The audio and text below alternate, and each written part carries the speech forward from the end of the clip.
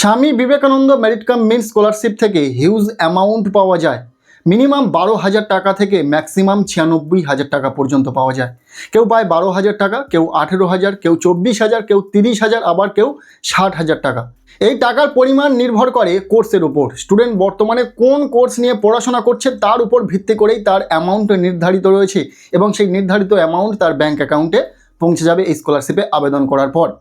তো সেক্ষেত্রে তুমি যদি এই স্কলারশিপে আবেদন করতে চাও, তোমার কোর্স অনুযায়ী এই স্কলারশিপ থেকে তুমি কত টাকা পাবে সেটা যদি জানতে চাও, আজকের এই ভিডিওটি শেষ পর্যন্ত দেখো।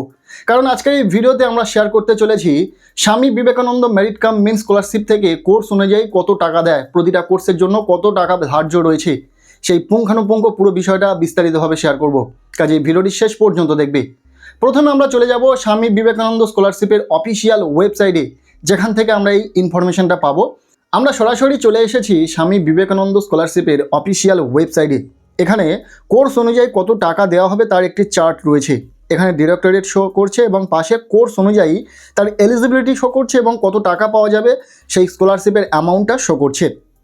ফার্স্ট অফ অল এখানে যে কোর্সগুলো রয়েছে, প্রথম যে কোর্সটি রয়েছে ইউজি আর্টস, অর্থাৎ তোমরা যারা উচ্চ মাধ্যমিকের পরে কলেজে আর্টস নিয়ে পড়াশোনা করবে আন্ডার গ্র্যাজুয়েশন লেভেলে, তোমাদের এই স্কলারশিপে আবেদন করার জন্য 60% মার্কস থাকা প্রয়োজন উচ্চ মাধ্যমিক পরীক্ষাতে। এটা তোমরা জানোই। আজকের এই ভিডিওতে মার্কস পার্সেন্টেজ নয়, কত টাকা পাবে সেটাই শেয়ার করব। এখানে পাশে স্কলারশিপ রেট পার মান্থ, এখানে তুমি মাসে কত টাকা পাবে তার হিসাব রয়েছে, তোমরা ক্যালকুলেট করে নেবে বছরে কত টাকা পাবে। এখানে মাসে 1000 টাকা রয়েছে, মানে বছরে তুমি 12,000 টাকা পাবে। অর্থাৎ তোমরা যারা কলেজে আর্টস নিয়ে পড়াশোনা করবে আন্ডার গ্র্যাজুয়েশন লেভেলে, তোমরা বছরে 12,000 টাকা পাবে। এরপর তোমরা যারা ইউজি কমার্স নিয়ে পড়াশোনা করবে, অর্থাৎ আন্ডার গ্র্যাজুয়েশন লেভেলে তোমরা যারা কলেজে কমার্স নিয়ে পড়াশোনা করবে, তোমরা প্রত্যেকেই পাবে 12,000 টাকা। এবং যারা আন্ডার গ্র্যাজুয়েশন লেভেলে কলেজে সায়েন্স নিয়ে পড়াশোনা করবে, তারা বছরে 18,000 টাকা পাবে। ইউজি আর্টস নিয়ে পড়লে 12,000 টাকা পাবে, কমার্স নিয়ে পড়াশোনা করলে 12,000 টাকা পাবে এবং সায়েন্স নিয়ে পড়াশোনা করলে 18,000 টাকা পাবে। এবার অনেকের প্রশ্ন থাকতে পারে, কলেজের যদি পাস কোর্স অর্থাৎ এমডিসি কোর্সে অ্যাডমিশন নিই, সেক্ষেত্রে কি এই অ্যামাউন্ট পাবো? অবশ্যই পাবে। তোমরা আর্টস, কমার্স, সায়েন্স প্রত্যেকটা স্ট্রিমের জন্য আলাদা আলাদা অ্যামাউন্ট রয়েছে। সেক্ষেত্রে তুমি পাস বা অনার্স যে কোর্সেই পড়াশোনা করো না কেন, এই অ্যামাউন্টটাই পাবে। এরপর যারা আন্ডার গ্র্যাজুয়েশন লেভেলে প্রফেশনাল কোর্স নিয়ে পড়াশোনা করবে, প্রফেশনাল কোর্স কোনগুলো তোমরা জানোই, যারা পড়াশোনা করছো প্রফেশনাল কোর্সে তোমরা প্রত্যেকেই জানো। তো প্রফেশনাল কোর্সে পড়াশোনা করলে এই স্কলারশিপ থেকে বছরে 18,000 টাকা পাওয়া যাবে। নেক্সট রয়েছে পিজি আর্টস, অর্থাৎ তোমরা যারা পোস্ট গ্র্যাজুয়েশন লেভেলে আর্টস নিয়ে পড়াশোনা করবে, আন্ডার গ্র্যাজুয়েশন কমপ্লিট করার পর তোমরা যারা পোস্ট গ্র্যাজুয়েশন লেভেলে আর্টস নিয়ে পড়াশোনা করবে, তোমরা প্রত্যেকেই এই স্কলারশিপ থেকে 24,000 টাকা পাবে বছরে। কমার্স নিয়ে পড়াশোনা করলে 24,000 টাকা পাবে এবং পোস্ট গ্র্যাজুয়েশন লেভেলে যদি সায়েন্স স্ট্রিম নিয়ে পড়াশোনা করো, সেক্ষেত্রে তোমরা 30,000 টাকা পাবে বছরে। এছাড়াও যারা পোস্ট গ্র্যাজুয়েশন লেভেলে প্রফেশনাল কোর্সে পড়াশোনা করবে, যেগুলো ইউজিসি অ্যাপ্রুভড, সেই সমস্ত প্রফেশনাল কোর্সে পড়াশোনা করলে বছরে 30,000 টাকা পাওয়া যাবে। আন্ডার গ্র্যাজুয়েশনে কত টাকা পাবে, পোস্ট গ্র্যাজুয়েশনে কত টাকা পাবে বলে দিলাম। এরপর রয়েছে অনেকের প্রশ্ন যে কারা 60,000 টাকা পাবে, কারা 96,000 টাকা পাবে। দেখো, যারা নন নেট এমফিল বা পিএইচডি করছে, তারা প্রত্যেকেই এই স্কলারশিপ থেকে 60,000 টাকা থেকে 96,000 টাকার মধ্যে অ্যামাউন্ট পাবে। এখানে স্পষ্ট করে লেখা রয়েছে, এখানেও কোনো বানানো কথা নয়, ওয়েবসাইটে কিন্তু এই তথ্যই রয়েছে, তোমরা দেখে নিতে পারবে, অফিসিয়াল ওয়েবসাইট, সরকারি ওয়েবসাইট। এরপর তোমরা যারা এইচএস করছো, অর্থাৎ মাধ্যমিক পাস করে ক্লাস 11-এ পড়াশোনা করবে, তোমরা প্রত্যেকেই এই স্কলারশিপ থেকে মাসে 1000 টাকার হিসাবে বছরে 12,000 টাকা পাবে। যারা ডিএলএড করবে তারাও বছরে 12,000 টাকা পাবে। এছাড়াও যারা ইউজি লেভেলে ইঞ্জিনিয়ারিং, পিজি লেভেলে ইঞ্জিনিয়ারিং বা আদার যে প্রফেশনাল কোর্স রয়েছে যেগুলো এআইসিটিই দ্বারা অ্যাপ্রুভড, সেই সমস্ত কোর্সে পড়াশোনা করলে এই স্কলারশিপ থেকে বছরে 60,000 টাকা পাওয়া যাবে।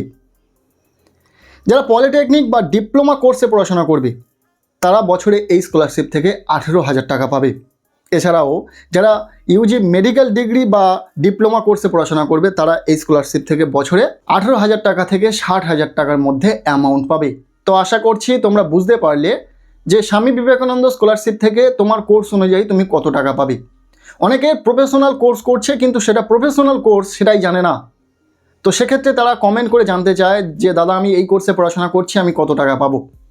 তো এক্ষেত্রে তোমাদের যদি এমন সমস্যা হয়ে থাকে, যদি না বুঝতে পারো তোমার কোর্স অনুযায়ী তুমি কত টাকা পাবে, তাহলে অবশ্যই কমেন্ট করো তোমার কোর্সের নাম, তাহলে আমরা সেই অ্যামাউন্টটা বলে দেবো যে অ্যামাউন্টটি তুমি স্বামী বিবেকানন্দ স্কলারশিপ থেকে পেতে চলেছো এই স্কলারশিপে আবেদন করার পর।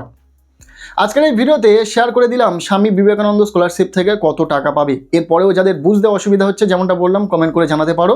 সবশেষে ছোট্ট একটি ইনফরমেশন, তোমরা স্বামী বিবেকানন্দ স্কলারশিপে যখন আবেদন করবে, যে কোর্সেই আবেদন করো না কেন, সেই কোর্স যতদিন চলবে ততদিন পর্যন্ত এই স্কলারশিপ থেকে টাকা পেতে থাকবে।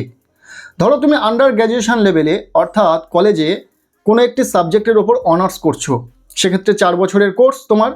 তুমি প্রথম বর্ষে এই স্কলারশিপ থেকে টাকা পাওয়ার পর তুমি বাকি বছরগুলিতে কিন্তু এই স্কলারশিপে রিনিউয়াল করতে পারবে।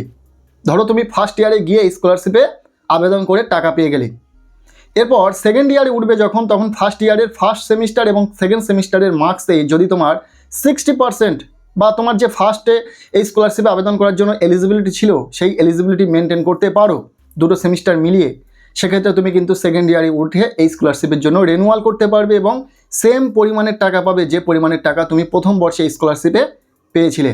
ঠিক একইভাবে থার্ড ইয়ারে উঠে তুমি কিন্তু আবারও সেকেন্ড ইয়ারের অর্থাৎ থার্ড সেমিস্টার এবং ফোর্থ সেমিস্টারের মার্কসে যদি তোমাদের 60% থেকে থাকে, সেক্ষেত্রেও তোমরা কিন্তু আবারও স্কলারশিপে রিনিউয়াল করে সেই পরিমাণের টাকা পাবে। বুঝতে পারলে? ধরো তোমরা মাধ্যমিক পাশের পর ক্লাস 11-এ স্কলারশিপ থেকে টাকা পেলে, এরপর যখন ক্লাস 11-এর পরীক্ষায় তোমার 60% মার্কস থাকবে, ক্লাস 12-এ উঠে তুমি আবারও এই স্কলারশিপে রিনিউয়াল করতে পারবে এবং সেম পরিমাণের টাকা পাবে।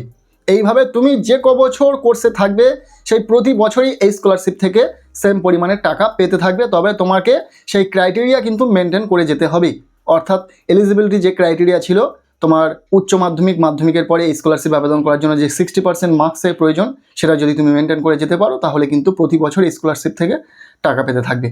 তো ভিডিওটি কেমন লাগলো অবশ্যই কমেন্ট সেকশনে জানিও। ভিডিওটি ভালো লেগে থাকলে লাইক করে দাও, চ্যানেলে নতুন হলে চ্যানেলটিকে সাবস্ক্রাইব করে রাখো, আর পারলে ভিডিওটি বন্ধুদের সাথে প্রচুর শেয়ার করে দাও।